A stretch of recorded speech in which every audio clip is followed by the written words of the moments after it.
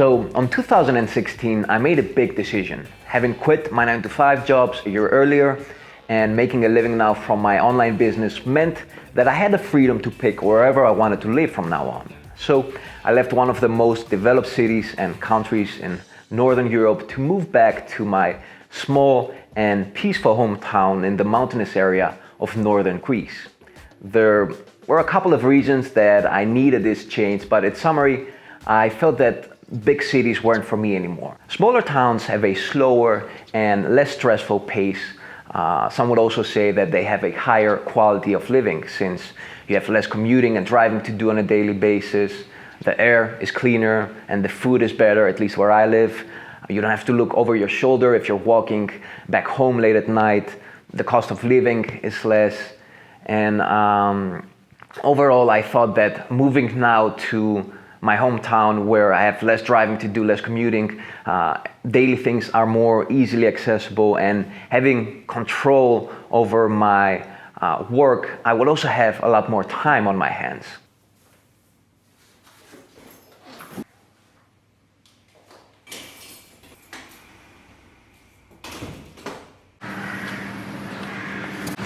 So it's still raining a little bit, but according to my phone app, it's about to stop.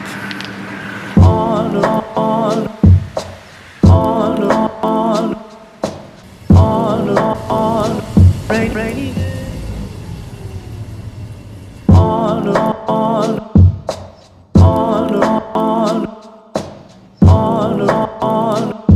Rainy day.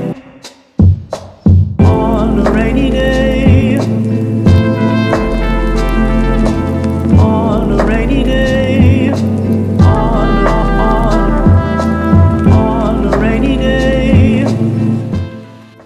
So my overly confident goal was to use all that free time to improve three main areas of my life. Area number one was work. I wanted to, first of all, create a successful local outdoor bodyweight personal coaching business, which I did. I also, though, at the same time wanted to keep improving my online business. So I wanted to make better quality videos, which based on the comments I've been getting the last months, I think I'm getting there.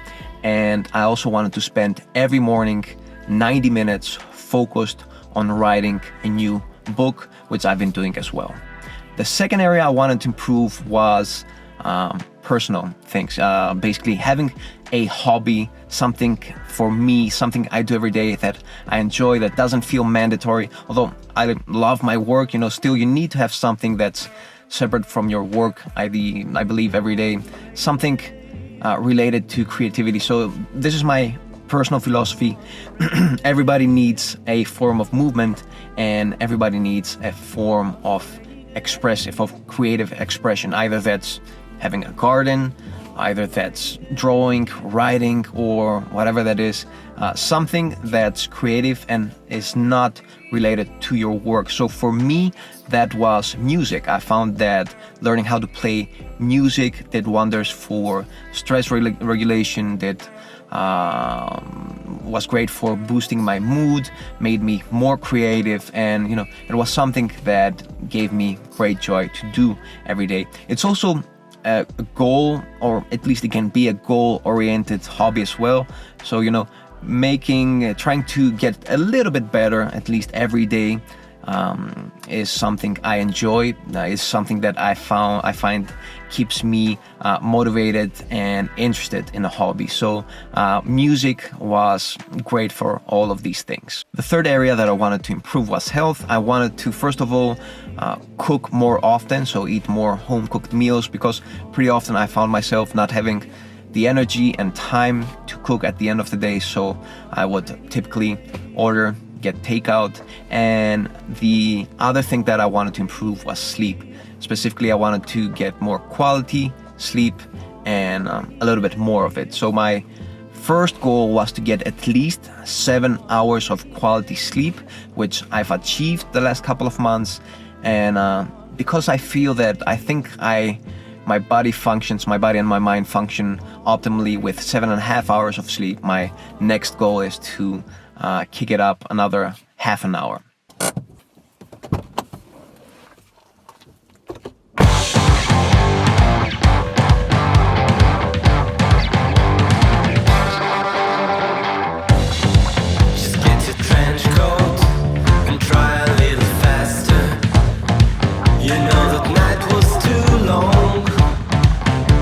the mornings are too blurry. 'Cause when they come for you, you'll make a new disaster. You know the city's asleep, but it burns you inside out, and the noise can run in circles. Can't buy more time. We're running in circles.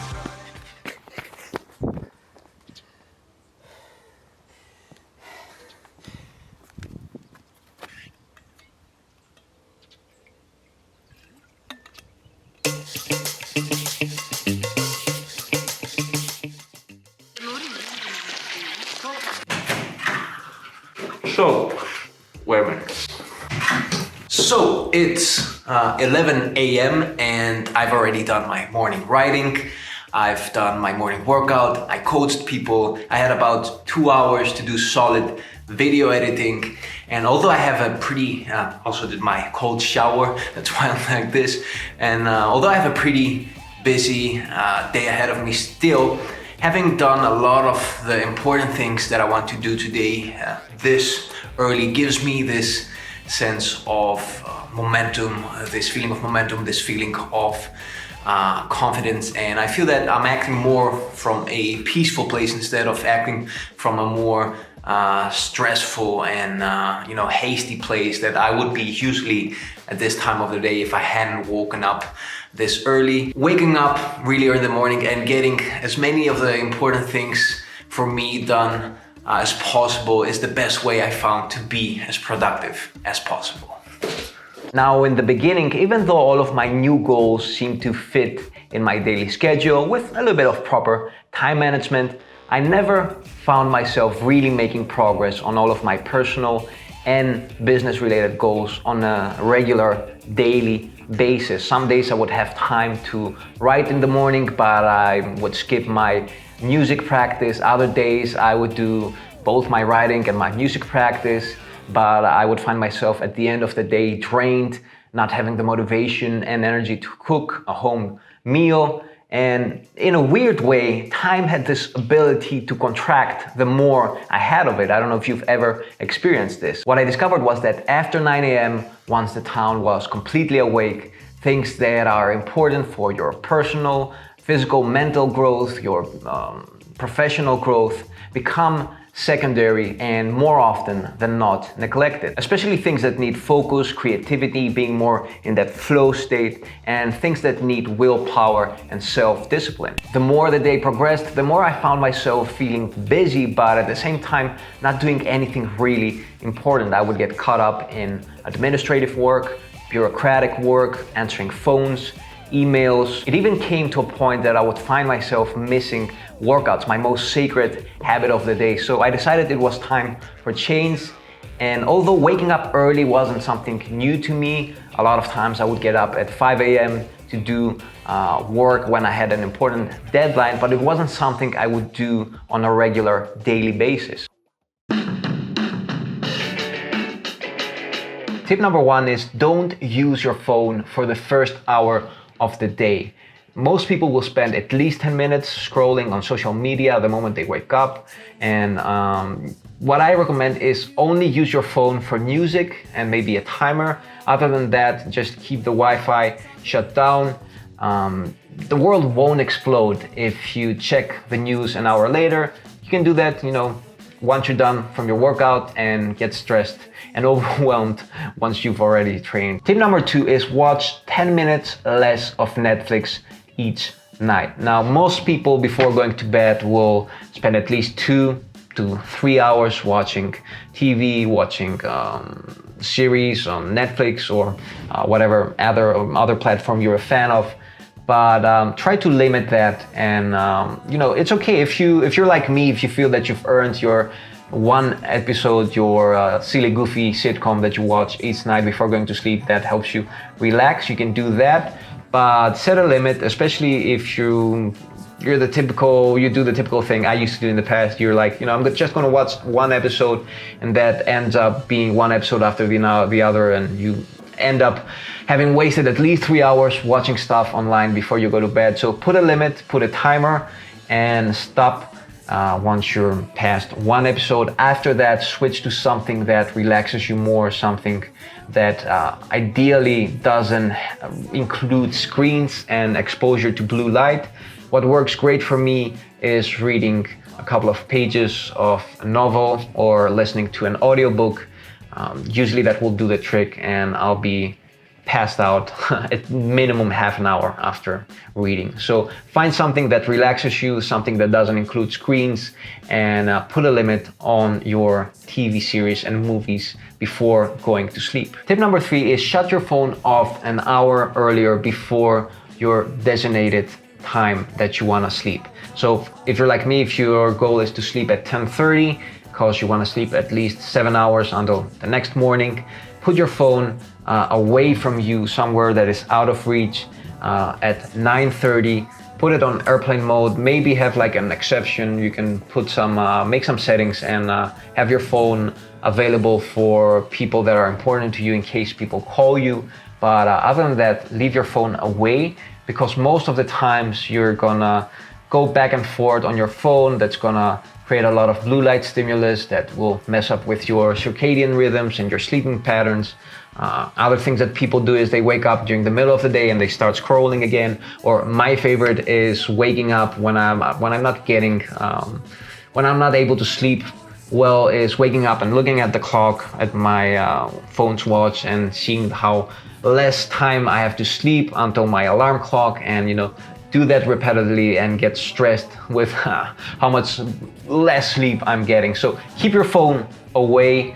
Easy tip, I know you'll struggle to do this in the beginning. Like, we all have this neurotic itch to check out our phones every 10 minutes at least, but just start doing this. And it's also going to help you in the morning, because you're going to have to get up and go all the way to your phone to turn the alarm clock off. So if you're also a typical snoozer, that's also going to help you with avoiding snoozing your phone in the morning. So there you go, 3 easy tips that you can apply and save yourself at least 30 minutes to work out early in the morning. I got a lot of ideas from this book called Make Time to make this video. A great book, and the authors were actually developers in projects such as YouTube and Gmail. So they have a unique insight, especially when it comes to social media and digital distractions, and how they can waste a lot of our time. A really cool book. Check it out. I'm gonna link it in the top comment below with all the extra information of this video. Check out the previous video that I made, my minimalist workout routine for the first month of this year, to get started on your own morning 30-minute workout routine. And until next time, keep on training.